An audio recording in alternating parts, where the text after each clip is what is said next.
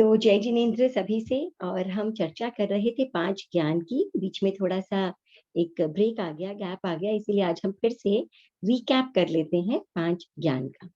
तो 5 ज्ञान कौन से हो गए? 5 ज्ञान है मति ज्ञान, श्रुत ज्ञान, अवधि ज्ञान, मनः पर्यव ज्ञान और केवल ज्ञान। ज्ञान है क्या चीज? किसी भी चीज को जानना ज्ञान है। ठीक है, 2 चीजें होती है, एक होता है जानना और एक होता है समझना। ठीक है, दोनों बहुत जुड़े हुए हैं, बहुत बारीक सी रेखा है दोनों के बीच में। लेकिन फिर भी जानने को हम ज्ञान कहते हैं। किसी भी चीज की नॉलेज का होना वो ज्ञान है। हम किसी चीज को जान गए हैं, वो ज्ञान है। ठीक है, तो ज्ञान 2 प्रकार का होता है, प्रत्यक्ष और परोक्ष। डायरेक्ट जो ज्ञान होता है उसे हम प्रत्यक्ष ज्ञान कहते हैं, और इनडायरेक्ट जो ज्ञान होता है उसे हम परोक्ष ज्ञान कहते हैं। एक टेबल हमने बनाई थी पिछली बार पूरे ज्ञान को लेकर के, जिसके बाद हम उसको डिटेल में समझने वाले थे। उस टेबल को एक बार हम वापस से देख लेते हैं। तो स्क्रीन शेयर करती हूँ मैं आप सबके साथ। ज्ञान तो 2 प्रकार के ज्ञान होते हैं, प्रत्यक्ष ज्ञान और परोक्ष ज्ञान। कितना नंबर पेज है? पेज नंबर है, मैं 1 मिनट बताती हूँ आपको। तत्वदीपिका में।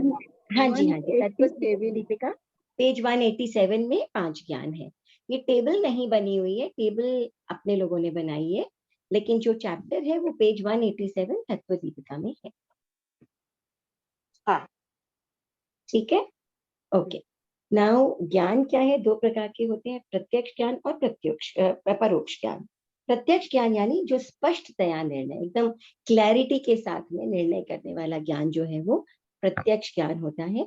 और ये 3 प्रकार का, अवधि ज्ञान, मनः पर्यव ज्ञान और केवल ज्ञान। परोक्ष ज्ञान 2 प्रकार का, मति ज्ञान और श्रुत ज्ञान। ठीक है, अब हम जो अवधि ज्ञान में आ जाते हैं, तो अवधि ज्ञान जो है वो इतने प्रकार का होता है, मनः पर्यव ज्ञान इतने प्रकार का, केवल ज्ञान इस प्रकार का, मति ज्ञान और श्रुत ज्ञान। सबकी जो डिटेलिंग है वो हमने पिछली बार की थी, पिछले वीडियो में हमने किया था। ठीक है, तो आज हम जो स्टडी करते हैं वो हम करेंगे अवधि ज्ञान। तो अवधि ज्ञान किसे कहते हैं? जो ज्ञान अवधान पूर्वक होता है या एकाग्रता पूर्वक होता है, उसे हम अवधि ज्ञान कहते हैं। तो एक बार ये अवधि ज्ञान का जो पिक्चर है, इसको हम थोड़ा सा एक ले लेते हैं ताकि आपके सामने रहे, और उसके बाद हम इस पर चले जाते हैं, तत्वदीपिका पर। ठीक है,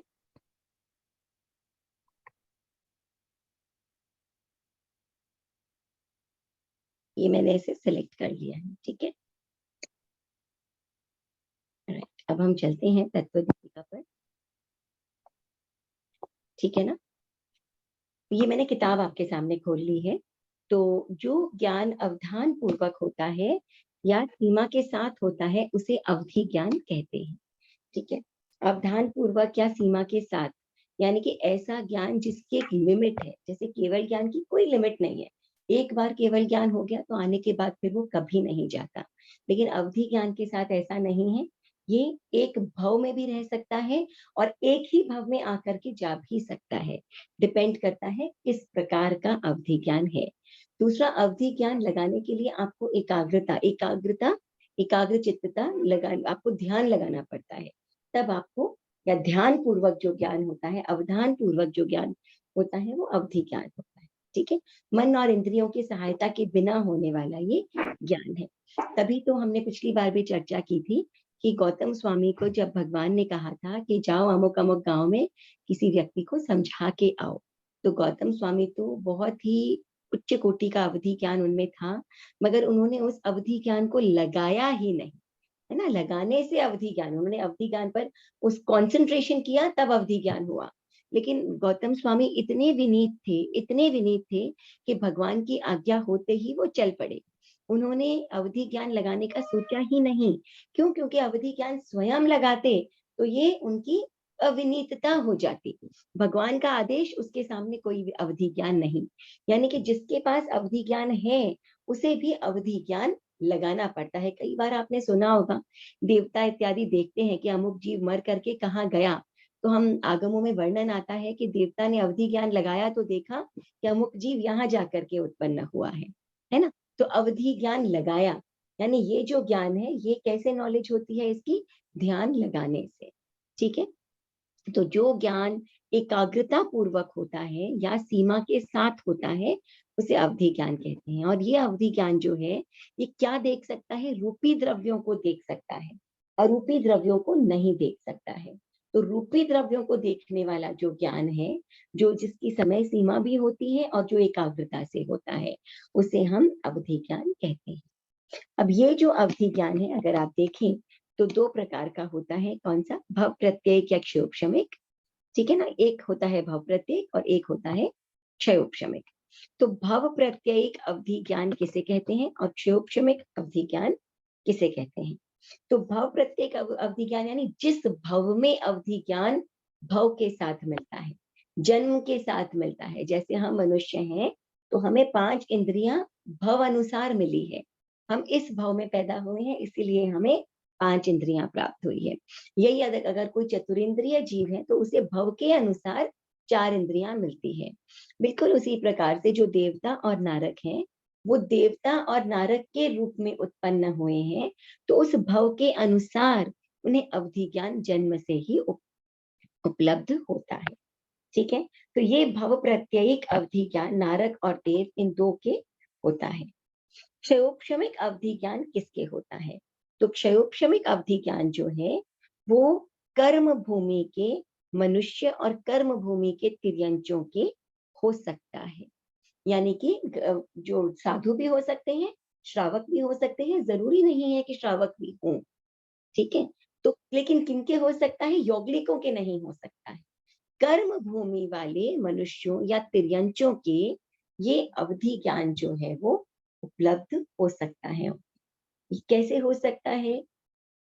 पुण्योदय से भी हो सकता है और अत्यंत कर्म निर्जरा के कारण भी उपलब्ध हो सकता है, तपस्या से भी उपलब्ध हो सकता है।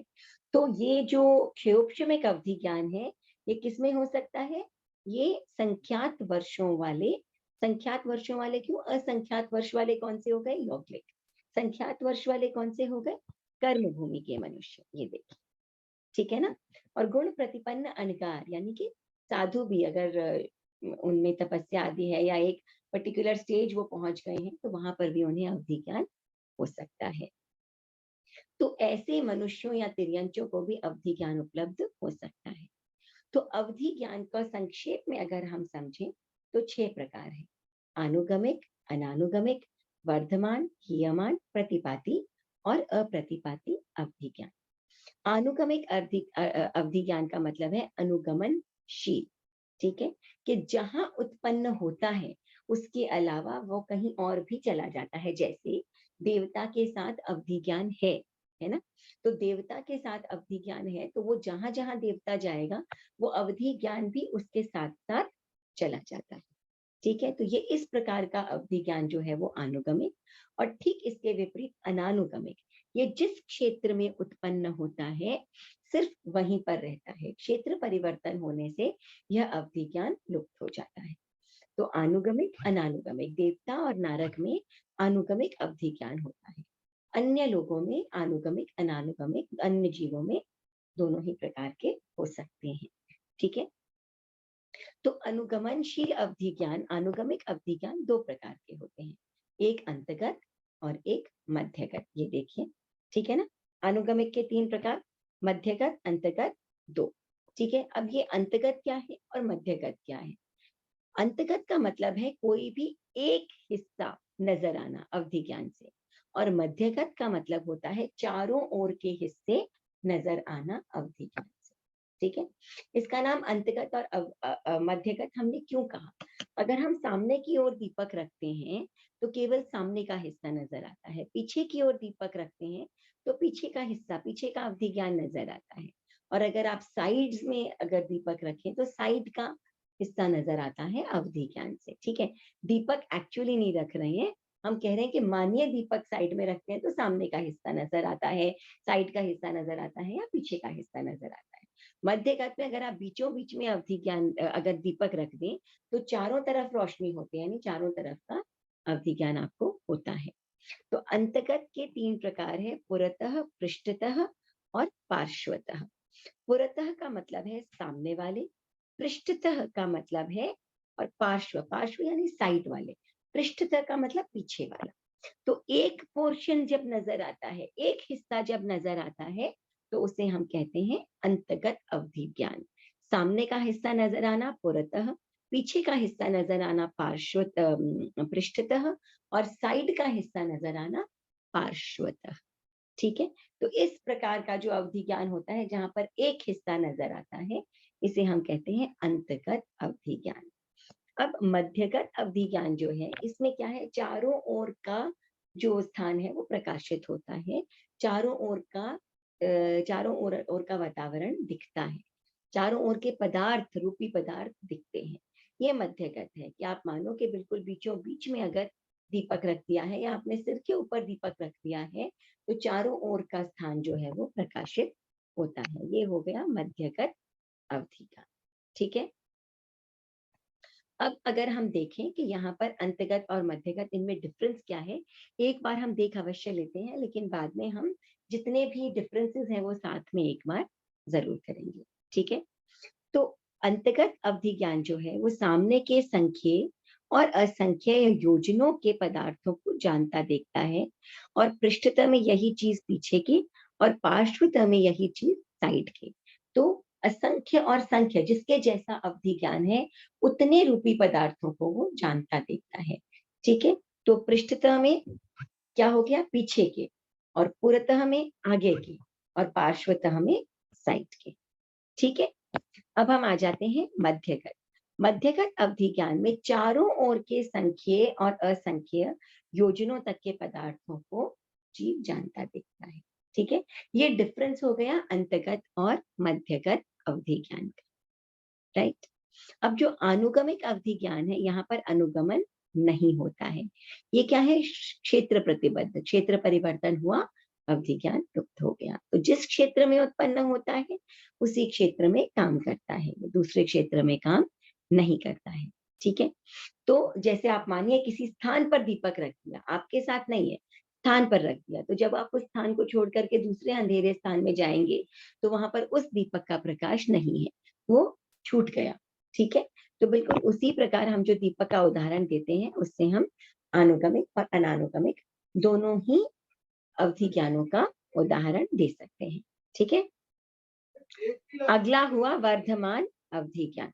एक मिनट, जस्ट वन।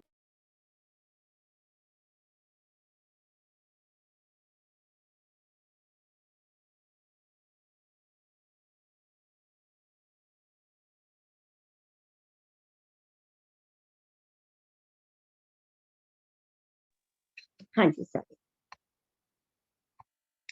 तो ये हो गया अनुगमिक और अनानुगमिक अवधि ज्ञान। ठीक है, अब अगला आ जाता है वर्धमान। वर्धमान का ठीक ऑपोजिट है हीयमान। वर्धमान अवधि ज्ञान को अगर हम समझे, तो जो अवधि ज्ञान समय के साथ में बढ़ता है उसे हम वर्धमान अवधि ज्ञान कहते हैं, और जो अवधि ज्ञान समय के साथ में घटता है उसे हम कहते हैं हीयमान अवधि ज्ञान। ठीक है, तो प्रशस्त, कोई भी चीज बढ़ेगी, किसी भी ज्ञान का बढ़ना क्या होता है, शुभ होता है। तो जब अध्यवसाय प्रशस्त होते हैं, चरित्र विशुद्ध होता है, और ऐसे जब परिणाम होते हैं, तब क्या होता है, ये वर्धमान होता है।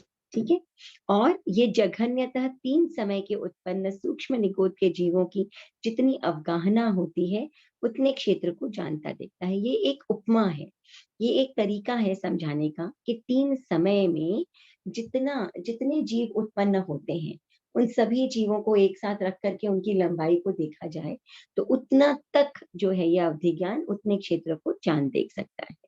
और उत्कृष्टतः जिस समय अग्नि के जीवों की सबसे अधिक उत्पत्ति होती है, तो कल्पना से इतने जीवों को लोक के एक एक आकाश प्रदेश पर रखते हुए लोक जितने आलोक के असंख्य खंड भर सके, उतने क्षेत्र को जान और देख सकता है। यहाँ पर जानता देखता की जगह अगर हम ये लिख देते कि जान और देख सकता है, तो बेहतर होता।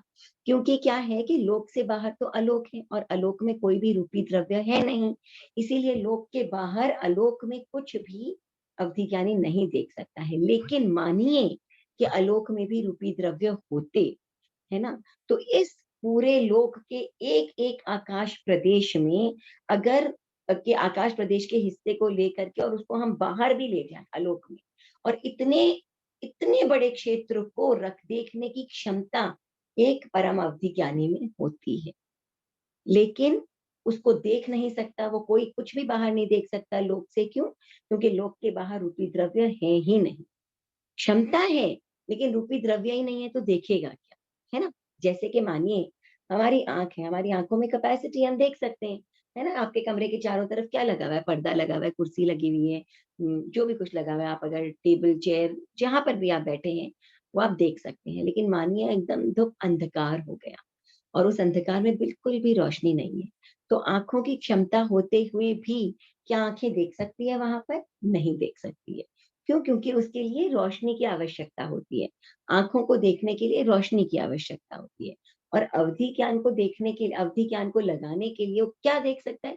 केवल रूपी द्रव्य को देख सकता है। तो जब रूपी द्रव्य है ही नहीं लोक से बाहर, तो अवधि ज्ञानी कैसे देखेगा लोक से बाहर? मगर अगर वहां रूपी द्रव्य होते तो एक बहुत बड़ा हिस्सा आलोक का अवधि ज्ञानी देख सकता है। ठीक है? अगला हो गया तो बिल्कुल यही जो संक्लिश्यमान चरित्र, यानी कि जो अशुभ चरित्र या अशुभ या जो गिरते हुए चरित्र या जो अच्छे परिणाम ना हो, अशुभ परिणाम हो, उनके कारण क्या है? बिल्कुल कृष्ण पक्ष के चंद्र के समान, जैसे चंद्रमा घटता चला जाता है वैसे ही अवधि ज्ञान भी कम होता चला जाता है। तो ज्ञान का कम होना शुभ नहीं हो सकता, है ना? तो ये हीयमान अवधि ज्ञान। प्रतिपाती और अप्रतिपाती अवधि ज्ञान। प्रतिपाती यानी हवा के झोंके से जैसे दीपक बुझ जाता है, वैसे ही अवधि ज्ञान आकर के और वापस विनष्ट हो जाता है, ऐसा प्रतिपाती अवधि ज्ञान होता है। और अप्रतिपाती यानी कि जो एक बार अवधि ज्ञान आया वो उस भाव में वापस नहीं जाता है। ठीक है? एक बार आने के बाद पुनः नहीं जाता है, यानी ऐसा नहीं कि हमेशा के लिए नहीं जाता। एक बार आने के बाद पुनः नहीं जाता, उस भाव में वापस नहीं जाता। जैसे देवता और नारद उस पूरे भाव में उनके, जब तक वो उस जीवन को जीते हैं, जब तक उनका आयुष्य है, वो अवधि ज्ञानी रहते हैं। ठीक है? अब अवधि ज्ञान का विषय, तो जो देवता और नारक हैं उनके अंदर अनुगमिक अवधि ज्ञान है, उनके अंदर हमेशा रहने वाला अवधि ज्ञान है, यानी कि उस भाव में हमेशा रहने वाला अवधि ज्ञान है। ठीक है? अब अवधि ज्ञान जो है उसको हम 4 भागों में विभक्त करके समझ सकते हैं: द्रव्य, क्षेत्र, काल और भाव। द्रव्य यानी अवधि ज्ञान जो है वो क्या-क्या देख सकता है, कहाँ-कहाँ तक देख सकता है और कितने समय तक का अवधि ज्ञान हो सकता है, और भाव क्या है। तो सबसे पहले हम द्रव्यतः देखते हैं कि अनंत रूपी द्रव्यों को जान देख सकता है, और मैक्सिमम वो उत्कृष्टतः क्या है, जो सभी रूपी द्रव्यों को जान देख सकता है। तो रूपी द्रव्य क्या है, कहाँ है? रूपी द्रव्य इस लोक में है। और इस लोक में जितने भी रूपी द्रव्य हैं, एक परम अवधि ज्ञानी उस उन संपूर्ण रूपी द्रव्यों को जान और देख सकता है, और कम से कम में वो अनंत रूपी द्रव्यों को जान और देख सकता है।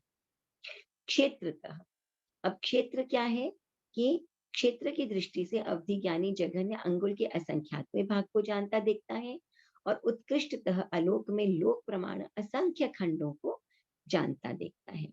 तो अंगुल का असंख्यातवां भाग मिनिमम उतने क्षेत्र को देख सकता है अवधि ज्ञान से, और मैक्सिमम असंख्य खंडों को जो है वो, असंख्य खंड कहाँ पर है?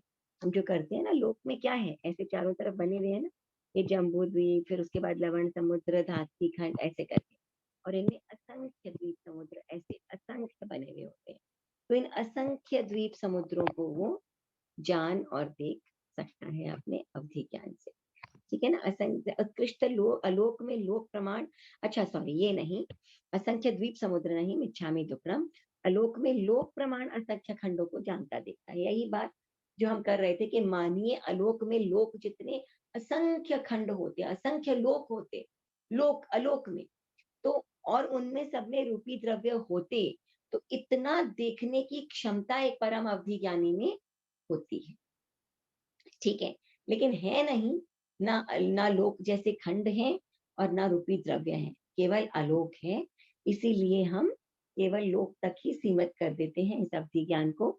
मगर क्षमता इतनी है कि आलोक में लोक जैसे असंख्य खंड हो, तो उन असंख्य खंडों को भी देखने की क्षमता जो है एक परम अवधि ज्ञानी में होती है।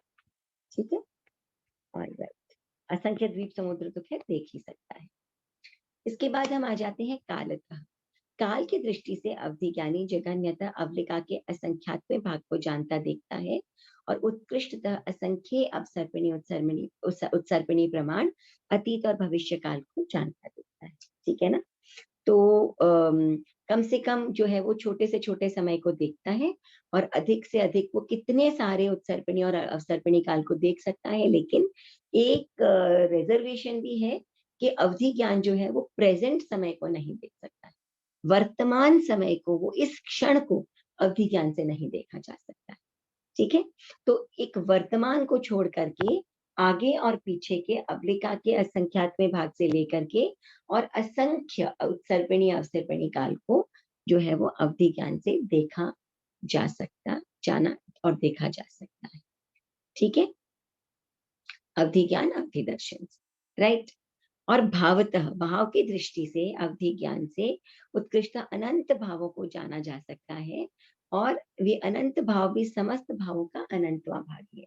तो कितने भाव है ना, कितने परिणाम है, उन सभी परिणामों को जो है वो उनमें से अनंत परिणामों को जो है वो अवधि ज्ञान जान सकता है, देख सकता है। लेकिन जो संपूर्ण भाव है, जो केवल ज्ञान से देखे जा सकते हैं या जाने जा सकते हैं, उनका ये भाव जो कंप्लीट अवधि ज्ञान से देखा जा सकता है, ये उसका अनंतवा हिस्सा ही है। तो सोचिए केवल ज्ञान कितना कितना कितना बड़ा ज्ञान है अवधि ज्ञान के सामने।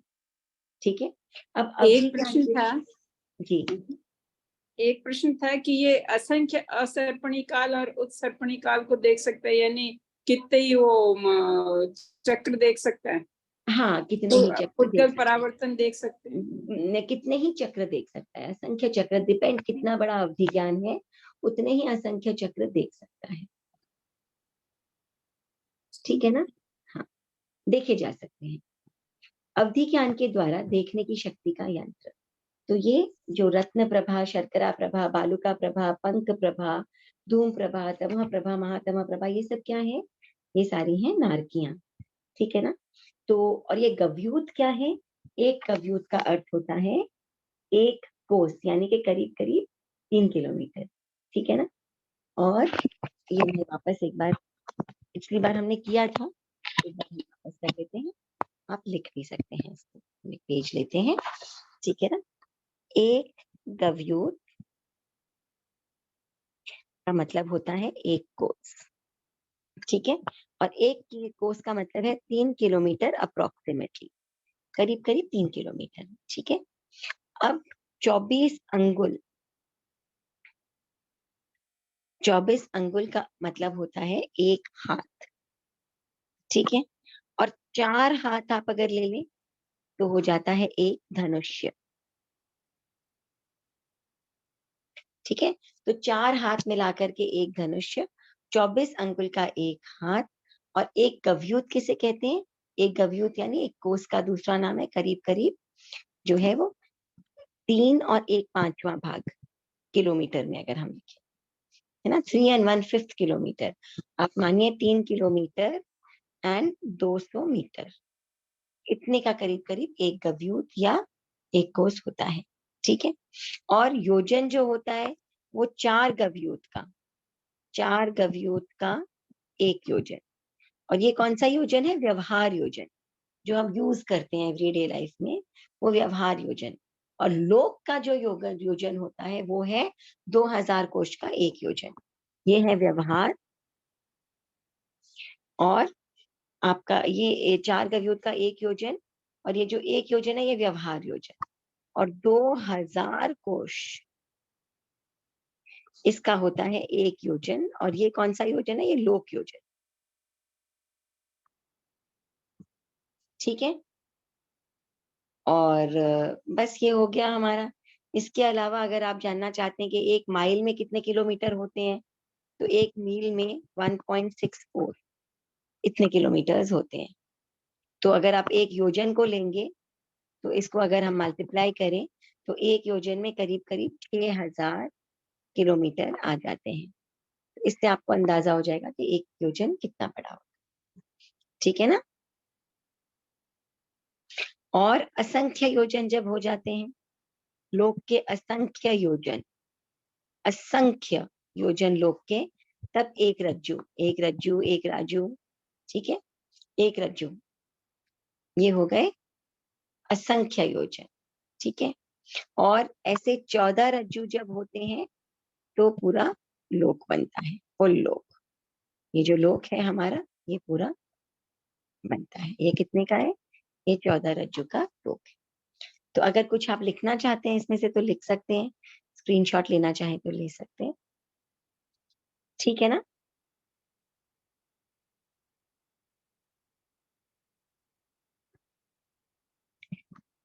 ओके, चलिए।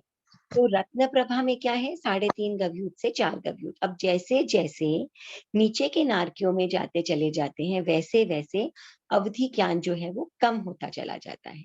तो देखिए, रत्न प्रभा में 3.5 गवयूत से 4 गवयूत तक जो है वो जीव देख सकते हैं। वहां पर भी पंचेंद्रिय जीव होते हैं, उनकी भी आंख होती है, आंखों की देखने की क्षमता भी होती है, मगर क्योंकि वहां पर रोशनी नहीं होती, धूप अंधेरा होता है, इसीलिए आंखों से किसी भी चीज को, किसी भी द्रव्य को, किसी भी अन्य जीव को देखा नहीं जा सकता है।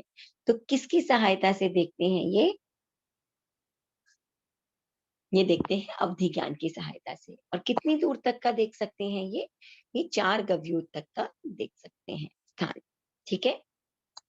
शर्करा प्रभा 3 से 3.5, बालुका प्रभा 2 से 3, फिर 2 से 2.5, ये हो गया पंक प्रभा। धूम प्रभा 1.5 से 2, तमह प्रभा 1 से 1.5, और महातमह प्रभा आधे से 1।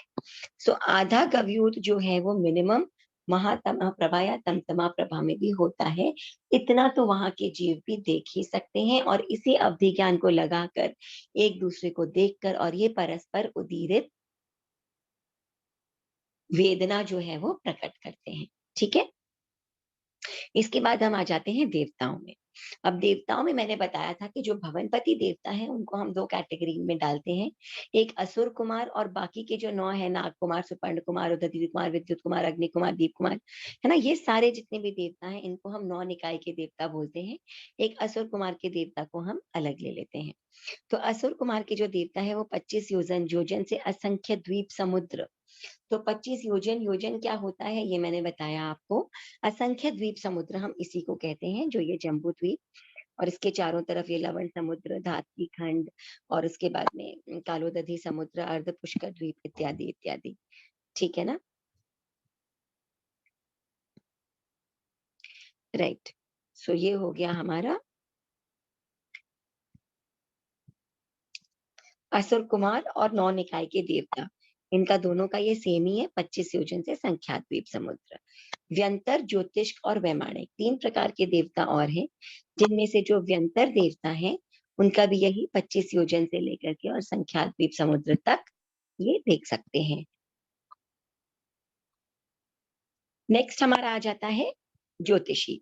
तो ज्योतिषी जो देवता होते हैं वो अंगुल के असंख्यातवें भाग से लेकर के और संख्यात द्वीप समुद्र तक देख सकते हैं। अब आप इसमें देखिए कि जो असुर कुमार हैं वो जो है वो 9 निकाय के देवता, व्यंतर और ज्योतिषी, इनसे अधिक देख सकते हैं। ये कितने पावरफुल होते हैं ये असुर कुमार देव, है ना। इनकी कैपेसिटी इनसे भी ज्यादा है। संख्यात द्वीप समुद्र, संख्यात द्वीप समुद्र, संख्यात द्वीप समुद्र, और ये असंख्यात द्वीप समुद्र, ठीक है। इसके अलावा संगी तिर्यंच भी असंख्यात द्वीप समुद्र, और संगी मनुष्य जो है वो अलोक में लोक जितने असंख्य खंड, इतने तक जो है वो देख सकते हैं। तो एक असुर चीज कुमार, हाँ एक चीज बताइए। समझ में नहीं आई, जैसे इनका है जघन्य 25 योजन और ज्योतिष का अंगुल का संख्यात्मक भाग, तो किसका ज्यादा हुआ किसका कम? तो जितना छोटा आप देख सकते हैं उतना ज्यादा बढ़िया है ना आपके लिए। तो अंगुल का संख्यातवां भाग मिनिमम हो सकता, अच्छा मतलब किसका ज्यादा है, वैसे नहीं। ज्योतिष में कम से कम अंगुल का असंख्यातवां भाग हो सकता है, और अधिक से अधिक जो है वो इतना होगा। और बाकी अच्छा, सब में तो इनका ही ज्यादा हुआ ना, 25 योजन जो है ये ज्यादा तो होगा। 25 योजन से पहले का हमको नहीं दिखता क्या? नहीं, कम से कम 25 योजन का अवधि ज्ञान तो इनमें होता ही है, ओ, ऐसे ही, ठीक है ना। ठीक है। अब इसके बाद ज्योतिषी देव, संगी तिर्यन, संगी मनुष्य, और ये पहले दूसरे देवलोक, तीसरे चौथे देवलोक, पांचवें छठे देवलोक, इन सब ने अंगुल के असंख्यातवें भाग, जितना मिनिमम अवधि ज्ञानी, मतलब एक छोटे से छोटे में इतना छोटा भी देख सकते हैं, और मैक्सिमम में आप देखिए जो मनुष्य हैं वो देख सकते हैं अलोक में लोक जितने असंख्य खंड, और इसके अलावा जो पहले दूसरे देवलोक हैं वो अधोलोक में रत्न प्रभा का चरमांत देख सकते हैं। ठीक है। और जो तीसरा चौथा देवलोक है वो नीचे शर्करा प्रभा, और पांचवा छठा, देखिए नीचे तक कितना नीचे जा सकते हैं, जितना ऊंचा देवलोक वो उतना नीचे तक देख सकते हैं। ठीक है। अब ये देखिए, सातवें आठवें देवलोक वाले पंख प्रभा तक, और 9वें से 12वें वाले धूम प्रभा तक, और 1 से 6 ग्रैवियक वाले तमह प्रभा तक, और 7 से 9 ग्रैवियक वाले महातमह प्रभा तक, और 5 अनुत्तर विमान जघन्य उत्कृष्ट संपूर्ण लोक में कुछ कम देखते हैं। इतना अवधि ज्ञान इनका होता है कि करीब करीब संपूर्ण लोक को ये के रूपी द्रव्यों को ये देख सकते हैं। नीचे का तो बता दिया, ऊपर कितना देख सकते हैं? ऊपर ये अपनी अपनी जो इनका देवलोक होता है ना, उसकी ध्वजा तक ये देख सकते हैं। नारकियों का तो बहुत छोटा सा अवधि ज्ञान होता है ना, आसपास के क्षेत्र को देख सकते हैं। देवता अपनी अपनी देवलोक की ध्वजा तक देख सकते हैं। ठीक है, देखिए यहाँ नीचे वैमानिक देव ऊर्ध्व लोक में अपने अपने विमान की ध्वजा तक देखते हैं। ठीक है ना। और तिर्यक लोक में यानी तिरछे लोक में पल्योपम के आयुष्य वाले देव संख्या द्वीप समुद्र देखते हैं, और सागरोपम के आयुष्य वाले देव असंख्य द्वीप समुद्र देखते हैं। तो ये एक बहुत इंपॉर्टेंट लॉजिक है कि आयुष्य आपको सबका पता ही है, हमने आयुष्य किया था जब लघु दंडक कर रहे थे। तो जब तक उनका आयुष्य पल्योपम की सीमा में है वो संख्या द्वीप समुद्र देखेंगे, और जब सागरोपम में चला जाता है तो वो असंख्यात द्वीप समुद्र देखते हैं। ठीक है। तो वहाँ नीचे के जो नरक है उसमें तो अंधेरा रहता है, फिर भी सब देख पाते हैं लोग, क्योंकि अवधि ज्ञान से देख रहे हैं ना, वो रोशनी की जरूरत ही नहीं है उन्हें। अच्छा। अवधि ज्ञान तो मन और इंद्रियों की सहायता के बिना काम करता है ना। ये अवधि ज्ञान और ज्योतिषी में भी तो फर्क है ना, दोनों में। ज्योतिषी आगे का देख सकता है, पीछे का भी बताता है, और अवधि ज्ञानी अपने अवधि ज्ञान से नहीं सभी नहीं नहीं कुछ देख नहीं लेता है। नहीं नहीं नहीं, एक मिनट, हम यहाँ ज्योतिषियों की बात नहीं कर रहे हैं, हम ज्योतिष के देवताओं की बात कर रहे हैं। हाँ, ज्योतिष देवता। हाँ, देवता जो होते हैं वो ये वो भी सूर्य, चंद्र, देख। ग्रह, नक्षत्र और वो तारा, ये जो हाँ, देव है देवता। उनका नाम है ज्योतिष के देव, है ना। ये प्रिडिक्शन नहीं करते हैं, इनका नाम ज्योतिष देवता है, क्योंकि ये जिस रूप में है या जिसे कंट्रोल करते हैं या जो इनके विमान है वो है सूर्य, चंद्र, ग्रह, नक्षत्र और तारा। ठीक है। संस्कृति चरमार्थ का मतलब क्या होता है? क्या चीज का? चरमांत मतलब उस चरम अंत तक देखते हैं, जैसे ये हमारा लोक है ना। अच्छा, उसका बॉटम तक देखते हैं, हाँ, एंड तो तक मतलब देख एकदम सकते हैं, एंड तक, चरम एंड अंत तक देख तक देख सकते सकते हैं, चरम अंत तक एंड देख पॉइंट। हाँ, ठीक है, एंड पॉइंट कैन बी ठीक है। सी। ठीक है। Yeah. ओके। सो ये हो गया हमारा अवधि ज्ञान। अब 5 अनुत्तर विमान जघन्य उत्कृष्ट संपूर्ण लोक से कुछ कम देखते हैं। ठीक है ना, कुछ कम देखते हैं, संपूर्ण लोक से थोड़ा सा कम वो देखते हैं। तो अब नेक्स्ट आ जाता है हमारा मनः पर्याय ज्ञान। ठीक है, मनः पर्याय ज्ञान से मन के पर्यायों को जाना और देखा जा सकता है। एक चीज मैं आप लोगों से रिक्वेस्ट करूंगी कि जब हमने अवधि ज्ञान किया है तो आप साथ के साथ इस, चाहे एग्जाम दे रहे हो नहीं दे रहे हो, उससे कोई फर्क नहीं पड़ता, चाहे आपने पहले कर लिया हो या इस ईयर में नहीं है आगे जा करके है। मैं 1 मिनट वापस आती हूँ यहाँ तक, इसको हम बंद कर देते हैं, इसको भी हम बंद कर देते हैं, जूम पे वापस आते हैं। ठीक है, तो एक रिक्वेस्ट मैं आपसे जरूर करूंगी कि ये जितना जितना हमने पढ़ा है उतना उतना आप मेमोराइज करेंगे, उतना उतना आप याद करने की कोशिश करेंगे। ठीक है, मोटा मोटी देखिए, एक बात है कि ज्ञान 2 प्रकार के, प्रत्यक्ष और परोक्ष। प्रत्यक्ष यानी कि डायरेक्ट होने वाला, इनडायरेक्ट होने वाला ज्ञान, इसमें हर चीज स्पष्ट दिखती है। उसमें जैसे हम कहते हैं ना, आंखों का धोखा भी हो सकता है ना। लेकिन अवधि ज्ञान में जितना है वो स्पष्ट है, धोखा नहीं होगा किसी भी चीज का। ये प्रत्यक्ष ज्ञान है। अब हमने अवधि ज्ञान को डिटेल में पढ़ा। अवधि ज्ञान कैसा होता है? दो तरह का, एक भाव प्रत्येक और एक क्षोभशमिक। भाव प्रत्येक जो उस भाव में रहता है, और क्षोभशमिक जो आकर के और चला जाता है। ठीक है। अब अवधि ज्ञान को हमने 6 भागों में डिवाइड किया था, एक अनुगमिक, अनानुगमिक। अनुगमिक का मतलब था कि जो आपके साथ साथ चलता है। अनानुगमिक क्षेत्र में उत्पन्न होता है और वही खत्म हो जाता है। ठीक है। दूसरा हमने किया था वर्धमान हीयमान। एक है टाइम के साथ में बढ़ने वाला अवधि ज्ञान, जो शुभ अध्यवसायों के साथ हो सकता है। एक है समय के साथ में गिरने वाला अवधि ज्ञान, घटने वाला अवधि ज्ञान। ठीक है, ये हीयमान हो गया। और तीसरा हमने क्या किया? तीसरा हमने किया था, कौन सा किया था? प्रतिपाती और प्रतिपाती, है ना। एक वो जो खत्म हो जाता है और एक वो जो रहता है हमेशा के लिए। हमेशा के लिए यानी उस भाव में, उस जीवन काल में। और फिर हमने देखा कि कितना कितना हो सकता है। तो हमने देखा कि जो मनुष्य और तिर्यंश है, उनके अपने अपने अलग अलग अवधि ज्ञान हो सकते हैं। कम से कम भी हो सकता है, और ज्यादा से ज्यादा मनुष्यों में इतना अवधि ज्ञान हो सकता है कि मैक्सिमम अवधि ज्ञान हो सकता है कि लोक में अलोक में लोक जैसे असंख्य खंडों को देखने की क्षमता रखता है, अगर वहां रूपी द्रव्य होते तो। ठीक है। दूसरी बात है कि जो देवता और नरक हैं, उनमें जैसे जैसे हम नीचे के नरक में जाते हैं, वैसे वैसे अवधि ज्ञान कम होता चला जाता है, और केवल आसपास के क्षेत्र को नरक देखते हैं। और उसको देख करके करते क्या है? वो अपने आप का बचाव करने की कोशिश करते हैं और दूसरे जीवों को कष्ट देने की कोशिश करते हैं। ठीक है ना, यही तो काम है उनका, नारकियों का। तो जैसे जैसे नीचे जाते हैं, नीचे जाते जाते केवल आधा गव्योत उनका अवधि ज्ञान रह जाता है, 7वीं नरक में जाते जाते। और देवताओं में क्या होता है? जैसे जैसे ऊपर जाते हैं, वैसे वैसे अवधि ज्ञान बढ़ता चला जाता है।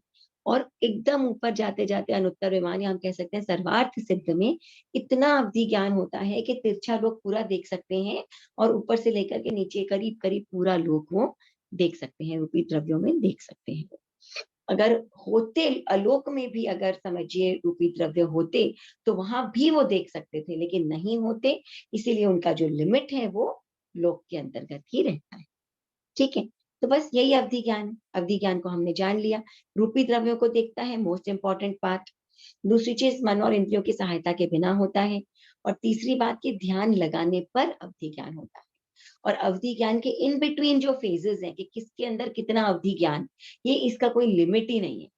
बहुत तरह के अवधि ज्ञान हो सकते हैं, है ना। उसके अनेकों विश्लेषण हो सकते हैं, ऐसा अवधि ज्ञान, वैसा अवधि ज्ञान, कैसा कैसा अवधि ज्ञान। ठीक है। पर हमने मोटा मोटी जो है वो अवधि ज्ञान को 6 भागों में बांट करके और उनको समझने की कोशिश की। तो ये अनुत्तर विमान वाले जो देवता होते हैं, उनको सारा कुछ तो पता होता है, फिर वो वापस मनुष्य गति में क्यों आते हैं? क्योंकि उनका आयुष्य समाप्त हो जाता है। अपना अपना आयुष्य है ना, तो जैसे मनुष्य आयुष्य गति में समाप्त तो हुआ। बहुत ऊंची गति में बनते होंगे वो, चक्रवर्ती या कुछ वो। बहुत ऊंची गति में ही बनते हैं, है ना। तो यहाँ अनुत्तर विमान से जो आते हैं, वो तो पहली बात तो मनुष्य ही बनते हैं, और कुछ बनते नहीं। और वो भी बहुत अच्छे मनुष्य बनते हैं, है ना। कुछ ना कुछ बड़े धार्मिक होंगे, आगे जाकर के फिर से कोई देवलोक। अनुत्तर विमान में एक बार उत्पन्न हो गए तो बहुत ज्यादा 66 सागर प्लस इतना ही आयुष्य शेष रहता है, उसके बाद तो मोक्ष जाना भी निश्चित है ना। तो मतलब आप समझिए, 2 भाव कर सकता है, वापस मनुष्य और फिर वापस अनुत्तर विमान, और उसके बाद में, हालांकि अनुत्तर विमान का अपना ही 33 सागर का आयुष्य, कितना बड़ा आयुष्य, कितना बड़ा आयुष्य, है ना। मतलब millions and millions and millions and millions of years बीत जाता है, इतना बड़ा आयुष्य। तो तो अनुत्तर अगर विमान समझिए, से तो वो मोक्ष अब जाएंगे समझिए कैसे? अगले भाव में मुक्ति होनी है, समझिए। तो आप कहाँ जाना चाहेंगे? एक बार अनुत्तर विमान घूम के तो आया जाए, या पहले देवलोक में जाना चाहेंगे? कहाँ? जाने के बाद पहला पहला देवलोक, जल्दी मुक्ति मिलेगी। ये पहला देवलोक। हमारी आकांक्षा क्या है? जल्दी से अनुत्तर जल्दी विमान मुक्ति के, का मिलना अनुत्तर है। विमान के। अनुत्तर विमान की नहीं है, हमारी इच्छा है जल्दी से जल्दी मुक्ति हो। और जल्दी से जल्दी मुक्ति, अगर हमारा कंपैरिजन है पहला देवलोक या अनुत्तर विमान, तो पहला देवलोक चूज करेंगे। क्यों? क्योंकि आयुष्य बहुत छोटा है वहां पर।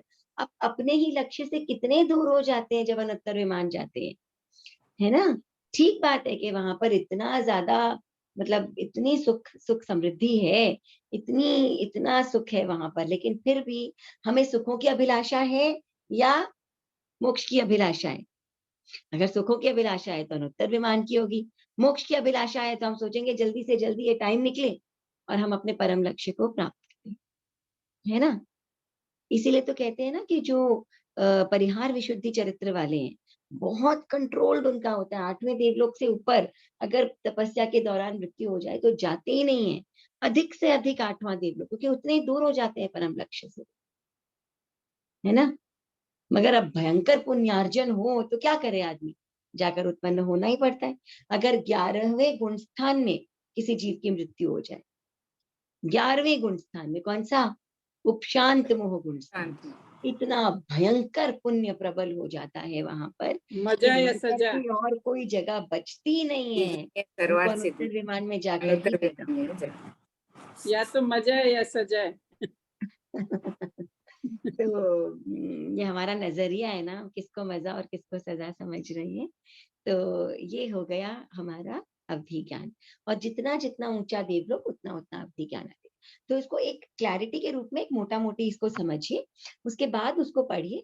बाकी जो छोटी छोटी दी है ना कि एक समय में या 3 समय में जितने अग्नि के जीव उत्पन्न होते हैं, उन सबको एक साथ जोड़ के उनकी एक लेंथ निकाल लें, अवगाहना निकालें, तो उतने क्षेत्र को जो है वो एक छोटा से छोटा जो अवधि ज्ञानी है वर्धमान वाला, वो देख सकता है। और अधिक से अधिक के सबसे ज्यादा जिस टाइम अग्नि के जीव पैदा होते हैं, उनको अगर एक एक आकाश प्रदेश पर रखें, फिर उनको आलोक के असंख्य खंडों पर रखें, ये सिर्फ एक कल्पना है, एक इमेजिनेशन है ना। तो क्यों, क्योंकि हम एक्चुअली इसको समझा नहीं पा रहे कितना क्षेत्र, कितना किलोमीटर, कितना मीटर, क्योंकि बहुत बड़ा क्षेत्र है। इसीलिए इस कम और अधिक को उन्होंने उपमा के साथ में समझा दिया, क्षेत्र की उपमा दे दी। ठीक है, तो बस ये अवधि ज्ञान है जो अवधान पूर्वक होता है, जो समय के साथ में खत्म भी हो सकता है, और जो सिर्फ रूपी द्रव्यों को देखता है। ठीक है, देवता और नारक में भव प्रत्येक और बाकियों में शोक शमिक होता है। ठीक है, और जो तीर्थंकर भगवान है उनमें कौन सा अवधि ज्ञान होता है जन्म से,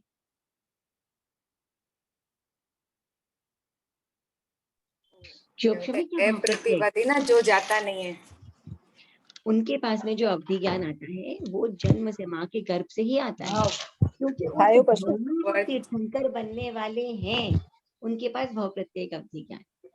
बाकी मनुष्यों में नहीं होता, लेकिन तीर्थंकरों में होता है, माँ के गर्भ से ही अवधि ज्ञान होता है। तो क्यों, क्योंकि वो तीर्थंकर के रूप में उस भव में उत्पन्न हुए हैं, होने वाले हैं तीर्थंकर, होने वाले तीर्थंकर के रूप में। तो वहां उनको भव के साथ साथ ही अवधि ज्ञान उपलब्ध होता है, देवता और नारक की तरह। और ऐसा अवधि ज्ञान जो हमेशा रहता है, केवल ज्ञानी बनने के बाद अवधि ज्ञान कहीं चला थोड़ी जाता है, वो भी रहता है। लेकिन बात वही है कि करोड़ों लाखों वॉट के बल्ब के सामने अगर आपने एक टिमटिमाता दिया रख दिया तो उसकी वैल्यू क्या है, कोई वैल्यू नहीं है उसकी, है ना। तो बिल्कुल वैसा ही वो अवधि ज्ञान हो जाता है, लेकिन एक बार आने के बाद वो अवधि ज्ञान नहीं जाता देवता और नारक की तरह। तीर्थंकरों को कौन सा ज्ञान बताया आपने? कौन सा हुआ? भव प्रत्ययिक हो गया ना, कि उस भव में वो तीर्थंकर बनने वाले हैं, इसलिए जन्म के साथ ही माँ के गर्भ से ही उन्हें अवधि ज्ञान उपलब्ध होता है, देवता और नारक की ही तरह। लेकिन आगे जाकर के जो देवता और नारक है उनका ज्ञान उतना ही रह जाता है जिस भव में जितना मिला, लेकिन तीर्थंकरों को आगे जाकर के और केवल ज्ञान की उपलब्धि हो जाती है, उससे भी बहुत बड़े ज्ञान की उपलब्धि हो जाती है। ठीक है ना। तो अब इस अवधि ज्ञान को नेक्स्ट क्लास तक आप लोग अगर बिल्कुल थरो कर ले, एकदम अच्छी तरह से याद कर ले, तो क्या है कि आगे मनः पर्यज्ञान पढ़ने में आनंद आएगा। इसको जरूर, किताब में है ही, पेज नंबर आपके पास है ही, सब कुछ है। तो मैंने एक बार इसका PDF भी भेजा हुआ है तत्व दीपिका का, तो इसको आप लर्न जरूर करें, याद जरूर करें। याद करके फिर आगे पढ़ने का आनंद ही कुछ और होता है ना। हम रिलेट कर पाते हैं हर चीज से। ठीक है, चलिए तो नेक्स्ट क्लास में हम मनः पर्यज्ञान करेंगे फिर, राइट। ठीक है, चलिए, थैंक यू सो प्रति मच। शुक्रवार को थैंक यू ऐसे सो क्लास? मच। जय हाँ, जिनेंद्र। मैं कोशिश करूंगी, मैं डेज देख लूंगी, जिस दिन भी कुछ और नहीं होगा मैं क्लास ले लूंगी। बुधवार तो डेफिनेटली है ही है, लेकिन जब भी पॉसिबल होगा मैं एक्स्ट्रा क्लास रख लूंगी। ठीक है, राइट। जय जिनेंद्र ओके, संस्कृति जय दीदी। Jinendra, thank thank you you, Jyotsni. जय जिनेंद्र संस्कृति थैंक यू जी। संस्कृति दी। जय जिनेंद्र। जय जय जिनेंद्र। जिनेंद्र समृद्धि जी, आज तो जय बहुत जिनेंद्र लोग, साहब। जय जिनेंद्र बहुत दिन साहब, बाद जय ज्वाइन किया, Jinendra, thank you so much. Thank you. जय जिनेंद्र साहब। थैंक यू जय जिनेंद्र।